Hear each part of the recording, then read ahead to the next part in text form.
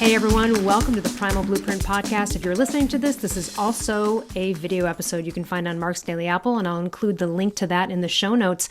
Today we have Dr. Cheyenne Bryant. I met her at EverTalk TV, being interviewed on the same day I was by Rob Mack and Jeslyn Moe, and I was watching her and I was thinking, oh my gosh, I need her card. I have to interview her. She's amazing. Talk about a female empowered. She is so many things, but she's a renowned life coach, the president of the NAACP Branch 1069, author of the award-winning Mental DETOX book, which we're going to talk about today, and her new book that's coming out soon. She's the founder of the Dr. Bryant Institute, the Dr. Bryant Foundation. She is a motivational speaker, a community activist, host, brand ambassador, award winner. Welcome to the show. Thank you for having me. It's a pleasure. And I do remember the day we met. I thought the same thing about you because I believe they interviewed you right before me.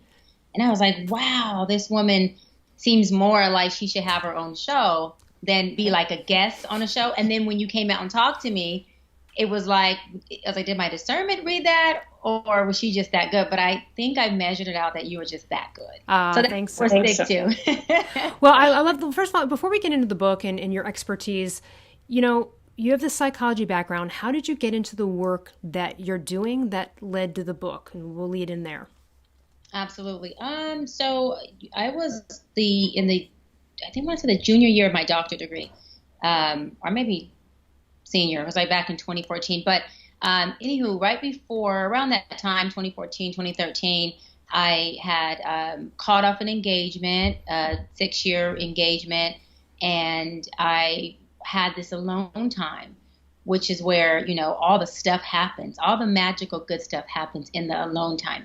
When you feel lonely before it turns into solitude, that loneliness is you looking at you and you looking at your broken pieces and you looking at your pain pockets.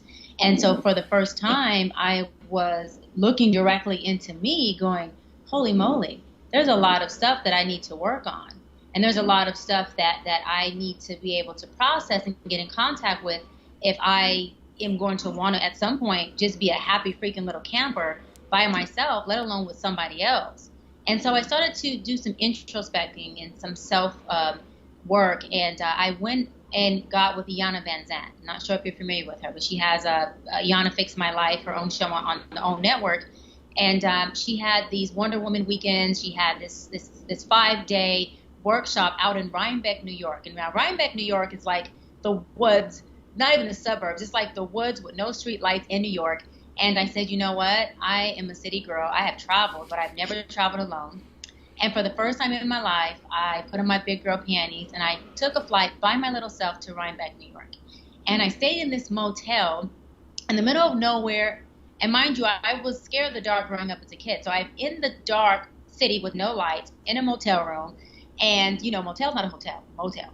And I'm going, wow. And so I go to her workshop, and from day 1 to day 5, I literally cried from day 1 to day 5 until I left. I cried so much that when I got back on the plane and got home, I was like, oh my God, like I've never had a headache. So I had to recharge from emptying out for almost a whole week of just breathing and recharging and really nurturing myself. So that was the beginning of my intense healing journey. And so as I continued to do that and I started to meditate, I started to get in contact with myself, my pain pockets, and who I am and what I need and what that looks like and where the trauma come from, where the abandonment come from, I got to a space of what I call God's peace. And when I got to this space of God's peace, I thought, oh my goodness, if I can obtain this, and I've learned to maintain it to this day, I got to give people this recipe. Like I have to teach people how to my book is called Mental DETOX, but it's really just detoxing their entire life of just the toxins. And I use the garden metaphor in my book because that's what I did. I, for the first time, actually took a walk in a stroll in my own garden versus people walking in my garden and saying, whoa, you know, you got a problem with this, or, you know, your attitude is bad, or, you know, maybe you don't have compassion in this area, or you got some issues. And me going, no, look at your garden. And we're sitting there looking at each other's garden going, you know, Ellie, you got issues in your garden. You're going, but you got thorns on your roses. And I'm going, but look at your lilies. They're dead. I took a stroll in my own garden and I said, I got some beautiful, beautiful, beautiful, lilies and roses. But I got some stuff that is funky in here. And more than that, I got some stuff that I haven't even paid attention to. So there's weeds and rodents that have taken over many places that I wasn't aware of because I was too busy looking at your garden or their garden or my ex-fiance's garden and telling them what they need to work on and how they need to water, what they need to nurture, and what they need to plant. Or blaming someone else's garden problems on your garden. Yeah. Really, your garden over there is coming into my garden. Coming in mine. It's encroachment. Get out of here. So I finally started to plow out my own garden, and I just found the beauty in the cure for the pains in the pain, like I always say. And there is all the beauty in the pain once you go back and you take a look at it, and you're able to plow out. And then I learned that I do control what I plant, and I do control what I nurture, and I do control the company that I have in my garden. Those who are going to celebrate what I plant or merely tolerate what I plant. And I can choose that to have one or the other. One empowers and one demises or destructs. And so I have the choice. And another thing I learned as I start to plant these really healthy seeds, I start to have neighbors that had healthy stuff too. And I was going, oh my God, they got healthy stuff over there. And I also say it could even be not that I start to have neighbors that had healthy stuff. I believe that as we begin to plant these really positive seeds, I say a miracle is just a shift in perception. So these positive seeds shift our perception. So I like to say it as I had all these healthy gardens that were my neighbors. But see, we see in others who we are, not who they are. So while my garden was distraught and rodent down and, unhealthy and a lot of pain and trauma, guess what? That's what I seen in the gardens around me. So as I begin to heal and I begin to plant healthy seeds and get rid of dysfunction and trauma, all of a sudden the eclipse left me and I was able to see the beauty and the healthiness in other people's garden. And the relationships changed and relationships blossomed. And I was able to connect. I was able to have compassion and receive compassion. And I was able to see in others who I began to come into. And the beauty of that was too much for me to keep as a secret for myself. I said, everyone needs to know what this looks like. And I need to give them steps by steps on what that is and how I came into it and how you get it, but then how you keep it. Because we can't just get a garden, plant these seeds, and then run out and say, oh, the seeds are planted. We do have to water, and it does take work. And the work is daily, and it's not always, work that we jump up and we just kumbaya want to do it. But when we see what it breeds and we see what the harvest is, that is our alarm clock, or that's my alarm clock, and that's the excitement of me continuing to do it. And, I've come to a really good place. I don't believe I've arrived, meaning my final arrival. We arrive every day, all the time, with newness and new relationships, and we learn new things, and we continue to evolve. And every day I'm learning something new that I thought I worked on, that I obviously didn't work hard enough on. And I'm going, damn, I gotta look into that more. I thought I had. Go ahead. Yeah, that was it. Well, I love something you said in there that I want to get to, which is hanging around with people that encourage versus tolerate, hanging out with that tribe. But before we get to that, I would say I've had some self-improvement and self-investigation is not fun sometimes. It's not, because you got to see, some of the sides of you. I would ask, what are some main points of things that really came out for you? Like, for example, my biggest thing was vulnerability, and it was something that friends had pointed out over the years, like, Elle, you need to be a little bit more vulnerable. And I would be like, just resistant, and it was the one last freaking thing that I needed to do to unlock so many other things was just this piece over here with shame and vulnerability.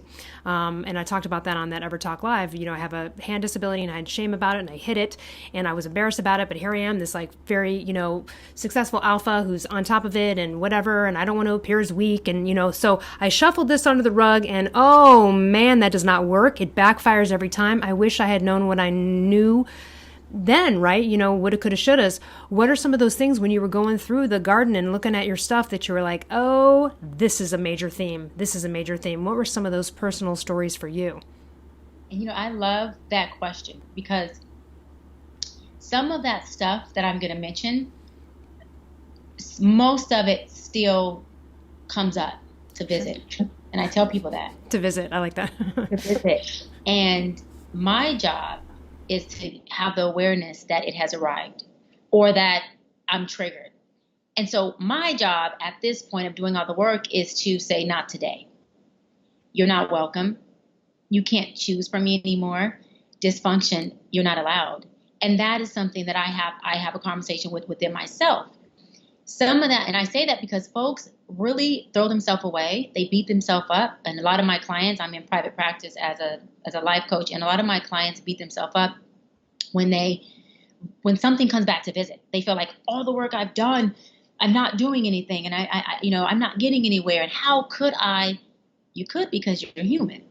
You could because you're triggered. You could because that is a part of you that is not dead. It is just being dormant. And you have to understand that anything that's a part of you will always be a part of you. It may not come back for 10 years, but when it does, you have to be aware enough to say, not today. And I remember you from 10 years ago. You know? Right. Well, what do you think about this? Because sometimes it's the case where if you've got a theme in your life, let's say you keep getting fired from jobs, you keep going, keep getting horrible, the same type of guy or whatever it is, and then you overcome it or you can't speak up, but then finally you speak up. I always tell people, I'm like, you might get another tester from the universe to make sure that you really nailed that one, because you will keep getting it until you tackle it. But even if you tackle it and overcome, it often happens with people like speaking up or trying to be confident, and then they'll get another hit somewhere and they'll be like, man, I thought, I'm like, nah, you're going to get a tester. And even people who sort of overcome it still might get a tester here and there. It's just like, I feel like it's a gift from the universe saying, hey, we just need to clean up more over here. And in addition to that, it's a gift in the sense that I say everything's like a muscle, right? So when you go to the gym, you have to do your own push-ups to get your own muscles. And you can't go to the gym and run 2 miles one day and say, I've lost 10 pounds, look at me, and it's going to stay off. No. So when the universe gives you things to allow you to exercise that muscle or tool, then you jump for joy. Because, for example, some of those things you asked me where I had just my tolerance level was so at zero that there was no way for any relationship to survive with me. And let me tell you how the universe enabled me, because it would send me guys who would allow me to have no tolerance. And they would continue to attempt to conform and to transform and to jump and do hoops and cut their arm off and just go in a box, out of a box, in both of our illusion, to become all of what I want them to be, right? Which was me self-projecting, me having an issue with whatever I had to work on, really. And so that was an enabler for me because it didn't allow me to see it so early on.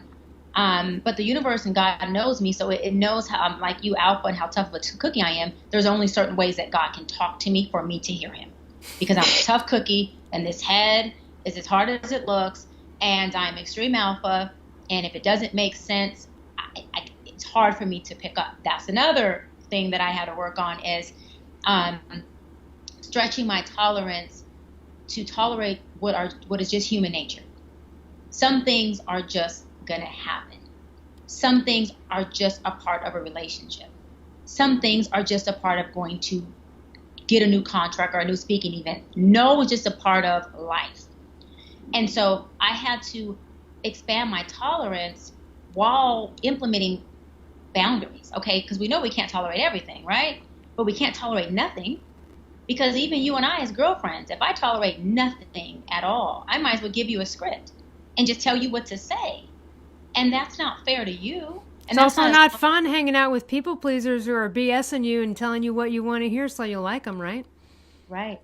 And that was one. And me being very, very spoiled and very, very used to people pleasers, down to like family members who, my mom, my dad, my grandparents. I'm the oldest of 7. So I have a family that's very, very loving and very nurturing, and they're big spoilers, especially when it comes to me. And I had to go into the big world and realize that may be reality for at home, but that's not reality for the big world. And there's a balance that I had to be able to incorporate. And so some of those things were that vulnerability was a big one for me. just mostly for me was, to be straight blunt, to not be a Nazi, to not be a damn dictator, a dictatorship over everything that goes on. And, not to be a control freak and have to control and run everything in order for me to feel secure and solid in the relationship. That stuff is just an illusion. And it all it does is it is fear at the end of the day. It's fear of being hurt, or fear of not being able to control the situation or the person. So in our distorted thinking, or my distorted thinking, I thought if I can control and puppet it, that it does exactly what I want. And if it does exactly what I want, guess what? There's no discomfort. There's no disappointment. That's a lie. That's a total lie, because in all of my controlling, have I been disappointed? Absolutely. Have I been hurt in all of my controlling? Excuse my language. Hell yes. And so it almost wouldn't make a difference, right? It makes more of sense, like for now, for me to dive in, fully love, fully be vulnerable, like you mentioned earlier on, fully accept the love and fully accept the vulnerability, so that, God forbid, that the experience ends, we both got the best and the full potential of that experience. Because the other way, it just doesn't work. And either way, it's a risk. I tell people, either way, it's a risk. You might as well jump in with a whole heart, a pure heart, and really, really allow yourself to authentically just love and be loved and be in that bliss. And always come from a place of love. And so those were things for me that were really big. I had to deal with a lot of abandonment issues that were at the core of all of what the controlling and the insecurities and the fear, and I need everything to be so, I need certainty. I need to know exactly what's going on and when it's going to go on for me to feel secure and safe. That's not realistic. That is not realistic in life. And I had to understand that if I continue on that path, no one's going to drive me crazy. I'm going to drive myself crazy with the need to have that type of security or control, because it doesn't work like that.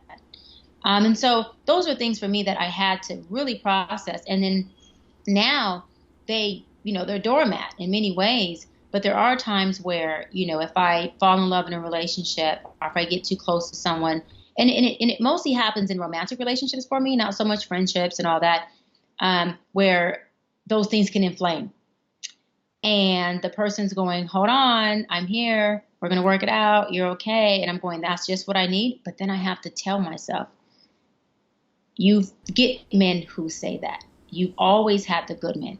Now it's your responsibility to be the good woman, to respect that and take it for granted in the most possible loving, good way. Not in a way where you use that as fuel for your fear, right? To make it to where they always constantly have to reassure, always constantly have to be in that place of like, you're going to be okay. Like they're babysitting. That's draining. And it's just, it doesn't breed for a healthy relationship. And so those things inflame, but it's a dialogue I have to have and say, listen, I'm feeling, it's that vulnerability you talked about. Look, I'm feeling really funky right now. And I am in my fear pocket. So we got to talk it out. Oh, I need some reassurance. And that's just the mature, healthy me really negating my dysfunction, saying, listen, I'm going to talk it out with this person. I'm not going to allow you to sabotage it or screw it up. And then that's the place I've had to come into. It's so fascinating. What you're expressing right now is classic alpha woman pitfalls. My best friend Tanya Dyer is like an alpha coach, and she describes the life cycle. It's usually like abandonment, then it's struggle, then it's control, and then you finally surrender. And a lot of alpha females will then, in their uncoached alphaness, choose a beta male or someone that they can, quote, control, or seemingly, right, who's going to be there and be like, I'll do whatever you want, I'll do whatever you want, so that we don't have to worry about, this stuff.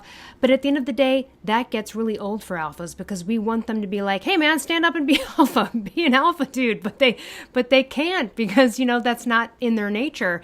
And there's a core abandonment wound at most of us, and we're often we're overgivers, right? We often choose projects to fix up and help people, and part of that's like, ooh, here, I'll help you, and subconsciously, I'll help you, and then you won't leave me because I've helped you so. You know what I'm saying? And also, we're very inaccessible. This comes down to the vulnerability too.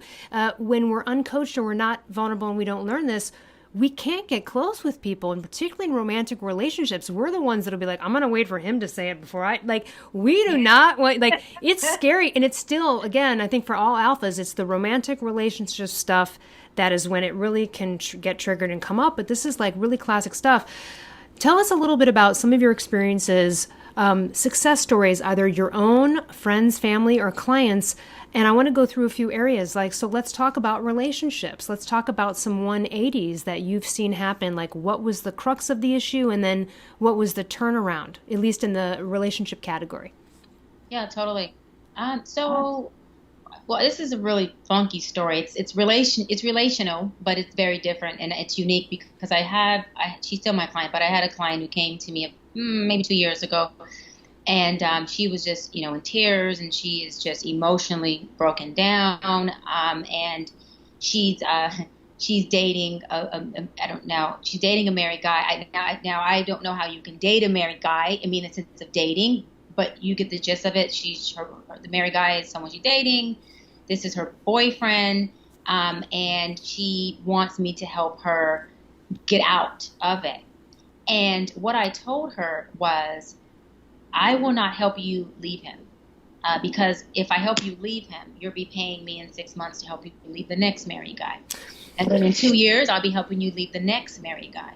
And so that's what I'm not going to do. But what I will do is I will help you work on the parts of you that find attraction that has became a magnet to and for married men, and the parts of you that actually would choose a man who is married.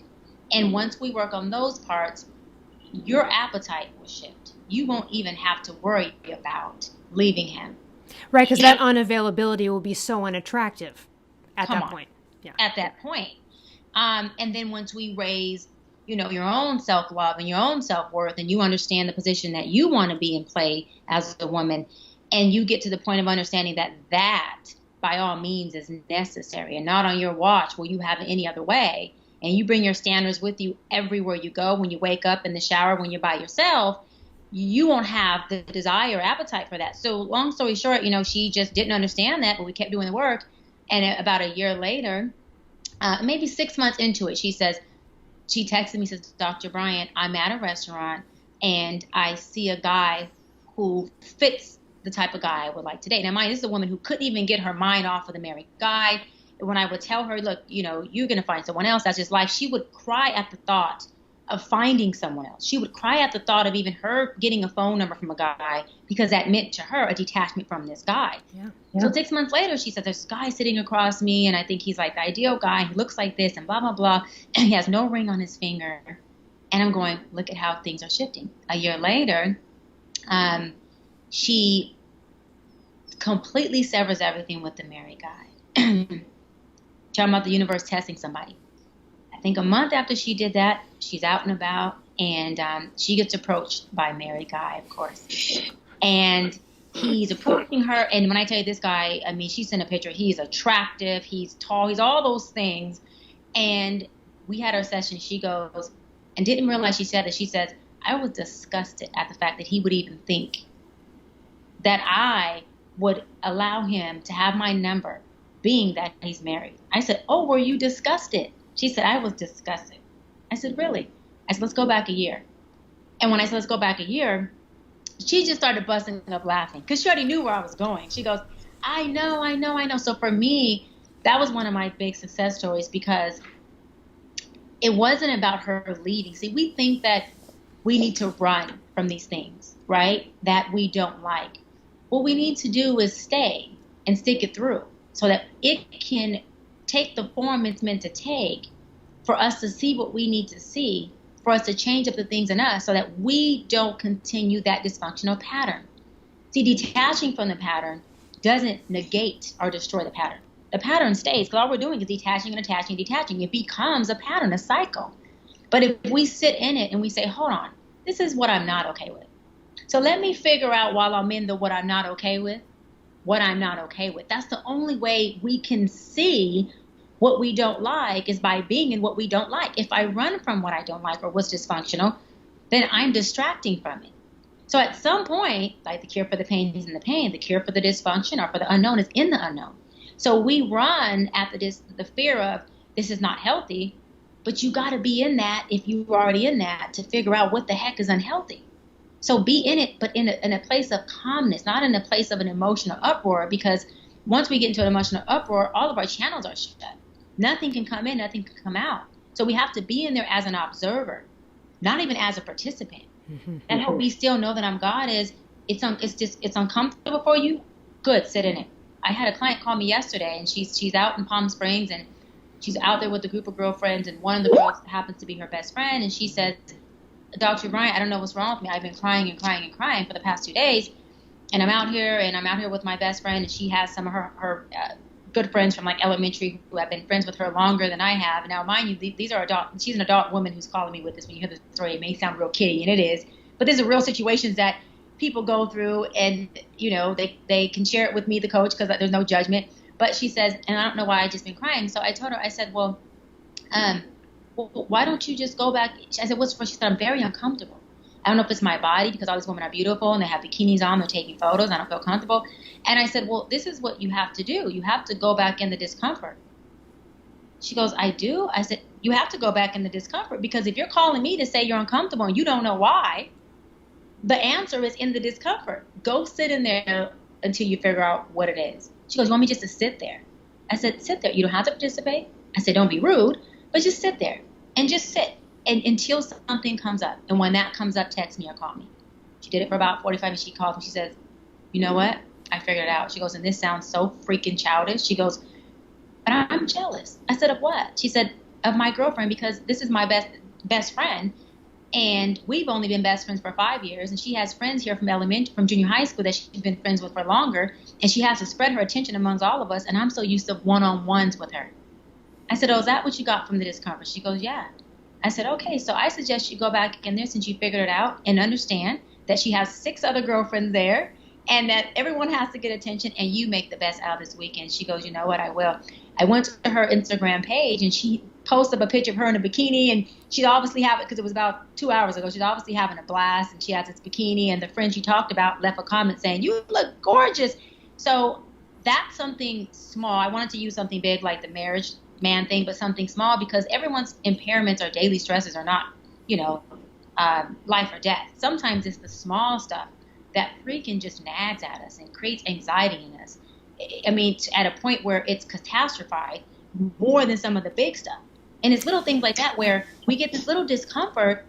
And if we would just give ourselves a little more time and a chance to sit in that at which we are uncomfortable with, answers come from that.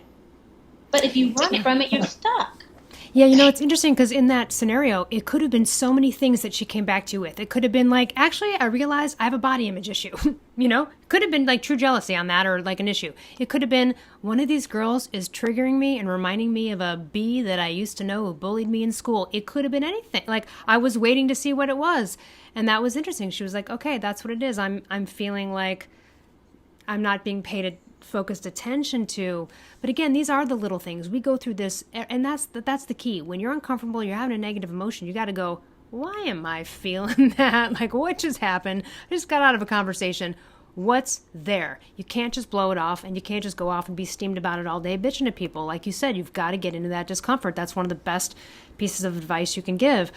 What about some thoughts in the arena of, or tell us some of the ones that maybe really stand out to you or exciting for you. But I was thinking like with career or money, because we all have all these interesting beliefs about this, family stories, repeating patterns we once learned. What are some other, stories or 180s within the arena of either like money or career? Yeah, totally. That's some good stuff. Clients. Clients or friends or people you knew who did a turnaround somewhere that was exciting to you? Yeah, totally. This story is really exciting because of this guy. So I have a Dr. Bryant Institute, which is life coaching, and then we have Dr. Bryant Foundation that serves the underprivileged and serves the community and does a lot of work with that and a lot of prison reform. And so we have a guy who he did 35 years in prison. And I know, right? And he did it for conspiracy because he wouldn't tell on his brother some things that happened. Long story short, he had 35 years and didn't have a chance to go up to the parole board. The parole board is where they can go and say, hey, I've done good. Can you please let me out? Can you please get rid of my life term, and they wouldn't even allow that. So we put up a package, the Dr. Bryant Foundation. We fought really hard for him, and he got accepted to the parole board. That's just the first phase. Second phase is we wrote the parole board, and we said we're going to fight for this guy, and he just was like, oh my God, I've been fighting, trying to do this for 20 years. I've been in 35 since I've been a young boy. Now I'm 50, even a grown man. And long story short, they gave him a release date. And this guy got released and got out. And, of course, it was emotional for him and all that good stuff.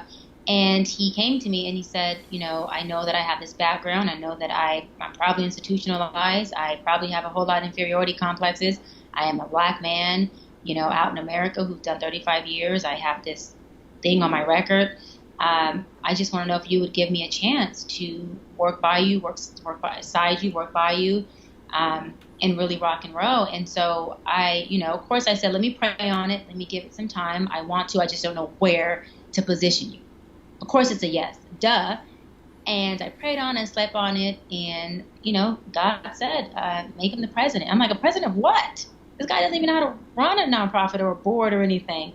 And it just kept coming to me, make him the president. I'm like, of whose foundation? And so I made him the president of our other nonprofit, which was at that time bigger than the Dr. Bryant Foundation. That was our main nonprofit, and made him the president. And when I tell you, this guy was able to do things exceedingly and abundantly, like the Bible says, such as get a whole brand new skate park for the inner city kids in a city where the city councilman, who's not an African American, for years wouldn't even put any type of funding, down to like $1 into the city. This guy fought so hard and made that happen. He was able to put together huge community outreach events in the community. He was able to put together huge town halls that we started to have every month in that inner city. In addition to that, he also put together a really huge gang task force that was in that city. So he was able to change the whole trajectory of a city, of a neighborhood, and bring community back into neighborhoods. And to see him do that in the forefront, and after doing all that time and having his freedom taken from him, for me, it was just priceless. My whole heart was like smiling for him. And I ended up letting him have that nonprofit. And that's how I ended up starting the Dr. Bryant Foundation, because I said, you earned it and it's yours. Awesome. And so we still partner up on things because that's my guy. We actually just partnered up on the Unity March, where the NAACP partnered up for the first time in the civil rights organization history. We partnered up with the Harvard LAPD. We had the chief of LAPD march side by us. We had our Congress, our senator, our assemblymen, our councilmen. We had all the elected officials come out. The whole city came out. So we partnered up with the guy that I'm talking about, and in this Unity March. And so things like that, where I'm able to platform people and really empowered him. And I must have just been such a filling his heart to be able to help other people, and that you gave him such a step up into that versus, listen, you've been in prison for 35 years. Yeah, you may only be able to get a job as a checkout person somewhere or really low level, work yourself up. You gave him such a great opportunity. That's another thing, too, to be said for the feeling you had. You had a gut feeling and you're like, I believe in this person. This is a good person. I don't care what. And that overrode a resume. And that's important, too, sometimes. And people out there who employers need to know that. Sometimes the Harvard degrees aren't going to get you what you want, and you've got to give people a leg up. So that's amazing that you did that for him. What a wonderful story. And you got to trust your gut. I believe in, like the Bible says, it's better to be obedient than sacrifice. And as a part of my surrendering is surrendering to that obedience of God's will, and that comes through my discernment, or it comes through interaction with folks like yourself who are enlightened as well. There's things that you can say that you don't even know you're being used as a vessel by God, that I may have prayed on last night, that I go, oh my gosh, she's so on point. That's what it is. There goes the answer, just through our conversation. And so when something comes up in me, even if I go, what?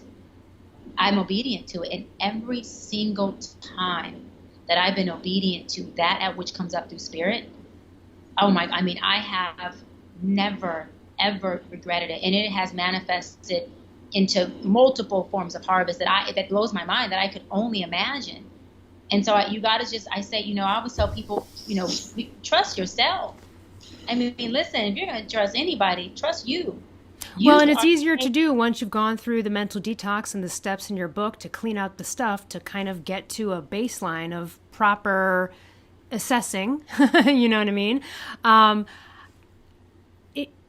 Let's talk a little bit about this mental detox, and what you had said earlier, which I wanted to get to, was, oh man, this is such a big thing for me. We got to stop hanging out with people that aren't encouraging us, or we have to stop sharing our awesome goals and our exciting things with these people. Like your sister Mary always is a damn downer about every idea you have. Stop talking to Mary. Mary's not going to change. You're the insane person. Mary is the person that is a downer on every single one of your ideas. She's not going to change. Stop putting yourself up against that. So you want a brick wall or a speed bump, you go call the friend that's going to be like, yeah, that's awesome. You kick it. Right? Because and we hope for this, right? We want the family member to be as excited for us. Some people just aren't excited until they see something tangible. Some people just aren't excited anyway. So if you're going to want some kind of energy, you go for the people that have that. And this is we've all run into it. I've been through it many times, and I've gotten many calls crying. They try to share some exciting news with someone, and it gets downered by a family member or by a friend. And they're just like, and they're so upset about it. But at the same time, you're like, are you surprised? Usually the answer is no, because that person, that sister or whatever, has been doing that forever. We've got to get rid of these people sometimes and limit our conversations with them, right? Or if they're going to downer us, not to engage. Let's talk about that. Let's talk about toxic people and cleaning out the toxic people in our life, because this is something we have control of, and it's all around us. Oh, yeah. My thing is, when someone shows you who they are, believe them. 100%. Didn't Maya Angelou say that? Yeah, totally. Yeah, and she's right. Believe them. Yeah, totally. And I'm happy that you brought her up, because the other thing she said was that she doesn't allow people in her presence, especially in her home, to use certain words that are negative or certain words that are disempowering, because she says, guess what? When you leave, your words stick to my couch, they stick to my wall, they stick to my place, and I have to be the one that deals with them when you leave. And that has not just to do with a home, but to do with your mind. If you have someone who is merely tolerating you and who is, you just said, a Debbie Downer, and who just is attacking your character, is just very toxic, is just dysfunctional, and they are self-projecting their own stuff, whether it's trauma, dysfunction, or pain onto you, sometimes we can't just cut people off, but what we can do is take them in dosage. And what does dosage mean? Dosage means you can send a text message once a month that says, hey, thinking about you, have a good day. You don't have to indulge in them. You don't have to be someone that they're speaking to every day, because what happens is, what folks plan in your mind, you're the one that has to detox that. They're not the one that has to come in and re-detox or do that stuff. So you have to be very protecting of your space, especially your mind and your emotions, and pay attention to how folks make you feel even when they're not speaking, because energy is real. And so when you're in the presence of somebody and you always seem to feel, down, or you seem to feel disempowered, sit in that long enough to figure out what that is, because it may just be them bringing up some stuff in you, which is good, that you have to get in contact with. But you have to be in a place where you have such a good relationship with you and your higher being, whatever that may be. Everyone has their own thing, to where you understand that without this person, I'll be okay. I think at the end of the day, people want to know that they are going to be okay. And so they hold on to things that are toxic. They hold on to things that are not doing no service for them. That's very destructive, because they don't believe that they'll be okay. And this is another thing I tell people, and I tell myself all the time: if you plug into the source for me being God, the source provides the resources. I'm just a resource to you. You're just a resource to me. Does that make us, inferior, or does that negate our value? Not at all. But my source provided you the resource for you to give me the opportunity to have this interview with you. What I don't have to worry about is that if the resource, you or any other thing that's a resource for me, money, a person, relationship, a job, career, family, friends, associates, if those resources tap out and do something that is dishonoring me, and that is pruned, my source will always provide, because the promise is we will be provided abundantly. And the plan is to prosper us. And if those two things are for sure, plug into the source and not the resource. Many people are plugged into the resource, being their job, being their career, being their husband, being their friend, their wife, whoever it is. I'm not saying don't plug in. I'm saying your main plug-in, your main outlet is the source, whatever that source may be for you. And sometimes the source for some folks is yourself. That's not a bad source to have. But you have to understand that all resources stem from the source. And so what we need to not plug into is the resource and squeeze so tight to say, at the expense of my sanity, at the expense of my peace, at the expense of dysfunction and toxicity, I'm going to just hold on to this no matter what. Because without this, I have nothing. That's a distorted thought, and that is an illusion. Because at the moment that you release and let go and surrender, I will promise you that the floodgates will open. I mean, it'll open like a levee breaking. And there'll be so much flowing into you that you won't even, again, I go to my Bible verses because this is my source. It says, I'll open up the windows of heaven and pour out blessings big enough to where you won't even be able to receive. That's what happens when we stay open like this and not like this. And we surrender like this and not like this. This is I'm afraid to surrender because I don't know what's out there. This is I'm not afraid to surrender. Bring it on. I'm a big fan of the unknown. I'm a big fan of like the unknown possibilities of where the juicy stuff is at. That's where it's at. And also I use the word universe, use the word God, same kind of situation, all the same thing. But I always say when you do a pro-you move, I don't care what it is, getting over a thing, beating an addiction, breaking up with a married guy, when you do something that's a pro-you move, you will get a prize. You will get a prize that will show you in the right direction. It happens every time. It happens so much, I expect it, I declare it. So when I do something that's tough, I go, I know, I can't wait. And it always shows up in 24 hours, and it's always something unknown. It's something that I couldn't have guessed, a call out of nowhere about a speaking engagement, something. It's something. And again, I have the belief system, and I'd like people to get into that belief system, but it's true. When you do these pro-you moves, man, life gets better, and you will be dropped prizes and opportunities. If you just try it, you'll see. And belief. Yes. We can't go off without mentioning that. Belief is, faith and belief, they're married, they go hand in hand. Belief is at the forefront of any manifestation. We are convicted by our beliefs. I say universe, God, I think God created the universe like I'm with you, potato. God blesses us at the level of our beliefs. The universe pours in at the level of our beliefs. And that's what it is. If we believe and we stay steadfast that this is what it is, and we know, then that's exactly what you will receive. Now, you don't have the control of the date of the deliverer, but that's not your business. Just understand that if you believe it to be this and you hyper-focus on that while staying neutral without manipulating. I always say if you can't go high, go neutral. Just don't go low. Whatever you do, keep your vibration high or neutral, don't go low. But you will get that at which you believe, and that's good or bad. And we get to keep that at which we give folks. So what God moves through us, he gives it to us, good or bad. And we have to remember that. So we want to be able to keep things that are positive. We have to give those things, that whether it's a word of affirmation, whether it's just some empowerment throughout the day, whether it's an act of service. If we want to be able to have that and keep that, we have to give that at which we want. And remember to always work on self and to be authentic and stay true to who you are, but create in you the experience you want outside of you. Because we really do see in people who we are. We do not see in people who they are. And that may sound funky for some, but if you're a person from a place of love and bliss, you're almost always seeing that in people. You're attracting those people. And when you're down, you're negative, you see that more of these people rolling in, and then they're feeling the water cooler talk, and here we go, and now we're on a spiral. Yeah, we're on a spiral. You know, God, I wish I could have you for like 3 more hours, but but I want to get to the new book you have coming out too. First of all, Mental Detox, available on Amazon, everywhere else, and it's is it just drbryant.co, correct, for your website? So drbryant.co for those listening. I'll put everything in the show notes to connect with her. But let's talk. So Mental Detox, the power and guidance to implement peace, joy, balance, and financial abundance in your life.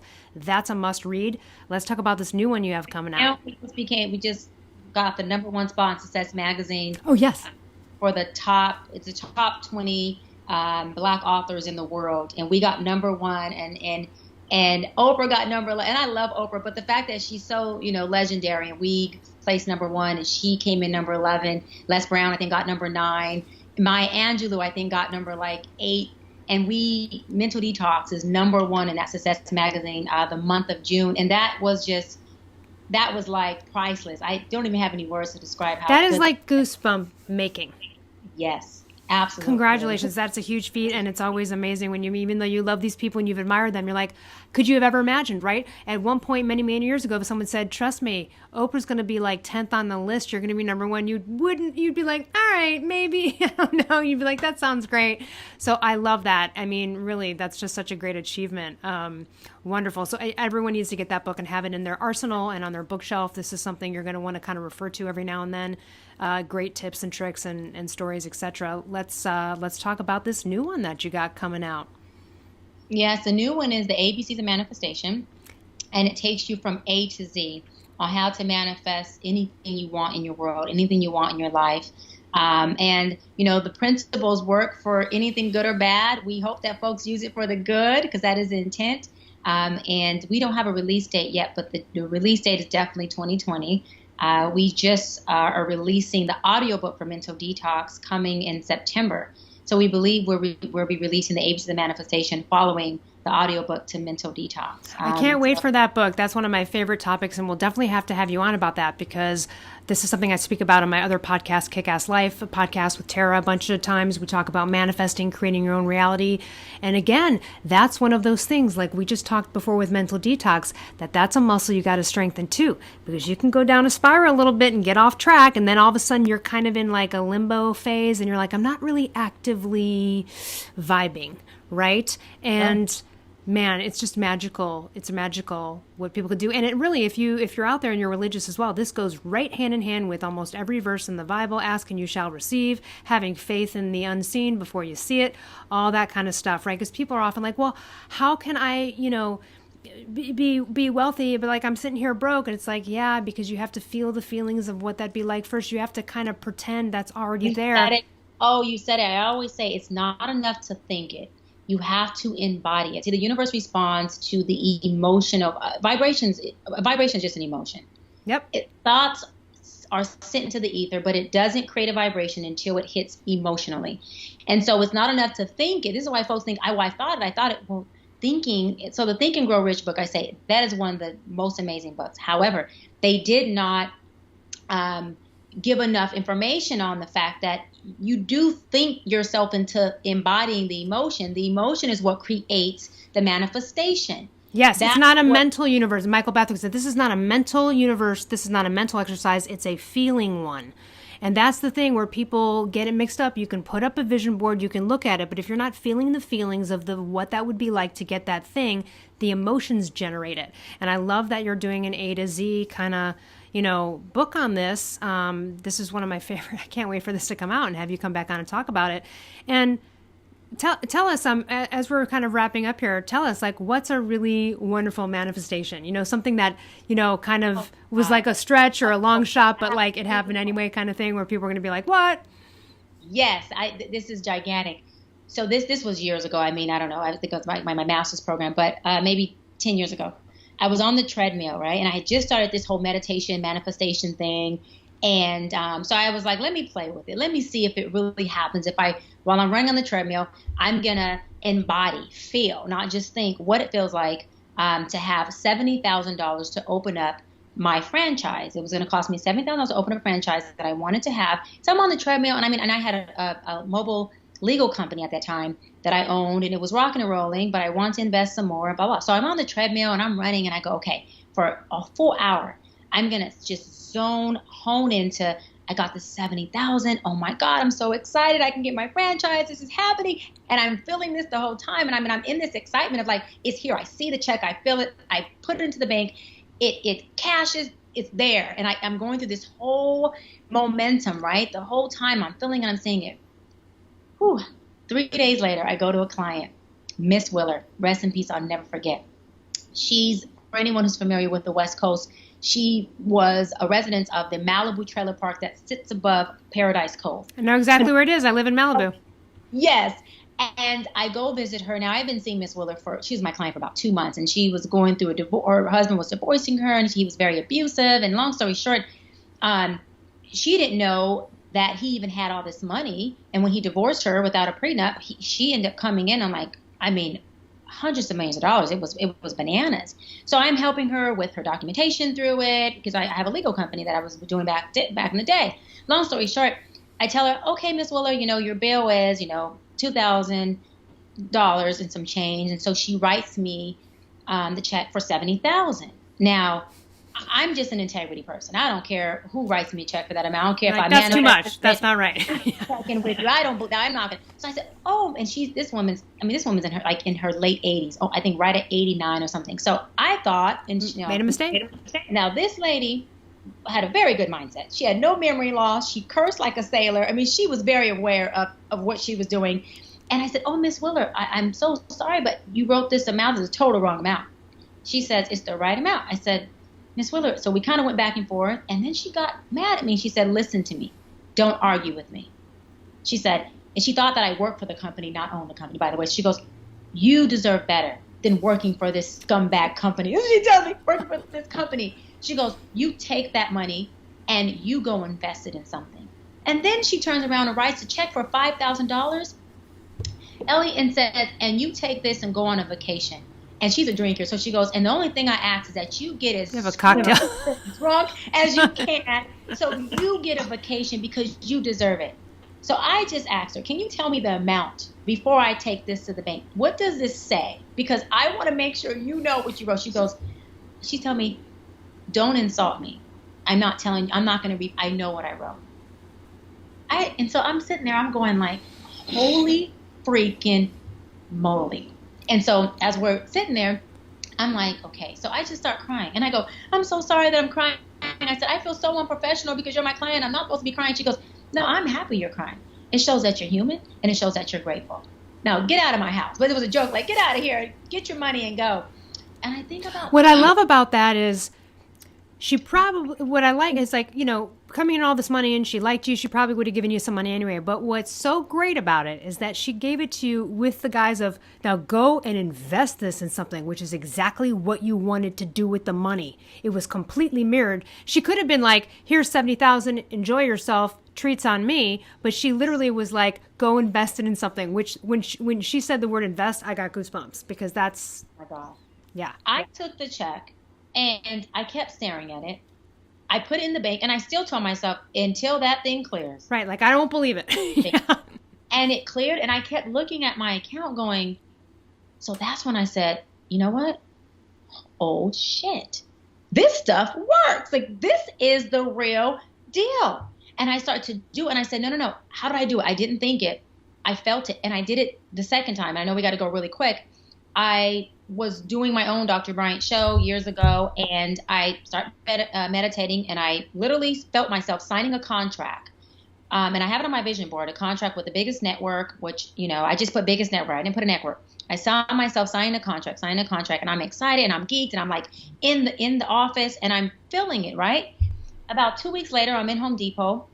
I'm in Staples with my best friend. I get an email, and I'm like, oh my gosh. She goes, what? What is it? I'm like, wait, let me read it before I show you to make sure this is real. E-Network sent me over a contract. We want to contract you for 5 years for the Dr. Bryant show. I said, there's no freaking way. I manifested this again. But the key thing of what I did, and I talk about it in my book, is I did not just think it. I literally went into production. I went into production as though this was real. I'm feeling it. I'm feeling the excitement. I'm going, oh my God, I'm picturing me call my father, my family, and say, look at what just happened. So you have to go into full production for you to fully feel it. And the universe picks it up like, oh, that's what just happened? That's what you want? Boom, you got it. And so those were really huge moments. And I'm still in awe of the $70,000 check because it was identical and on point. I just couldn't believe it. And that is, you know what, and here's the wonderful thing about these things. Sometimes we forget all of these wonderful manifestations from the past. It's nice sometimes when you're having moments of faith issues to bring up the prior manifestations. Sometimes I will do that, because or people will remind me. They're like, you remember when you manifested that? And I'm like, oh my God, yeah, I haven't thought about that in a while. How soon we forget. So I think it's nice that we go over a list in our heads of the wonderful things that have happened to us in a state of gratitude, but also the manifestations. All right, we'll put everything in the show notes. You will have to come back on again, to talk about we have to talk manifestation stories. That is my favorite. That's my jam. But we can go to go ahead. I want people to know like how it works, because I want people to manifest their life or their dreams. That is so important to me. It is just so important. Absolutely. And it's possible for everybody. And that's the thing. Justin Perry, YouTube, You Are Creators. He was working on an assembly line, had no education, had a stutter, and he read Think and Grow Rich and The Secret. And he kept telling people, I'm rich. I don't care. I'm rich. And they were like, whatever, dude, pipe dream. His religious family was like, blasphemy. And now he's living in like an 8,000 square foot home on the water in Florida with 2 boats. And now a young woman like me who's a doctor listens to his YouTube videos that say, what are we going to do today, Pinky? I don't know. Take over the world. Yes, I listen. That's my law of attraction go-to brain food. Is it? Yeah, me too. I love Justin. I interviewed him, and he's great, and his story is incredible. And again, it can be for anyone. It doesn't matter about education level, societal ranks. Everybody can do it. So this book's going to be really powerful, and we'll have you back on to talk about it. Thank you so much. Is there anything you'd like to leave our audience with? I just want to say you only have one job, and that's to be extremely happy. And if you do that, I promise everything will match that fly. That's it. Awesome. Thank you so much for your time. We'll talk soon. You got it. Bye.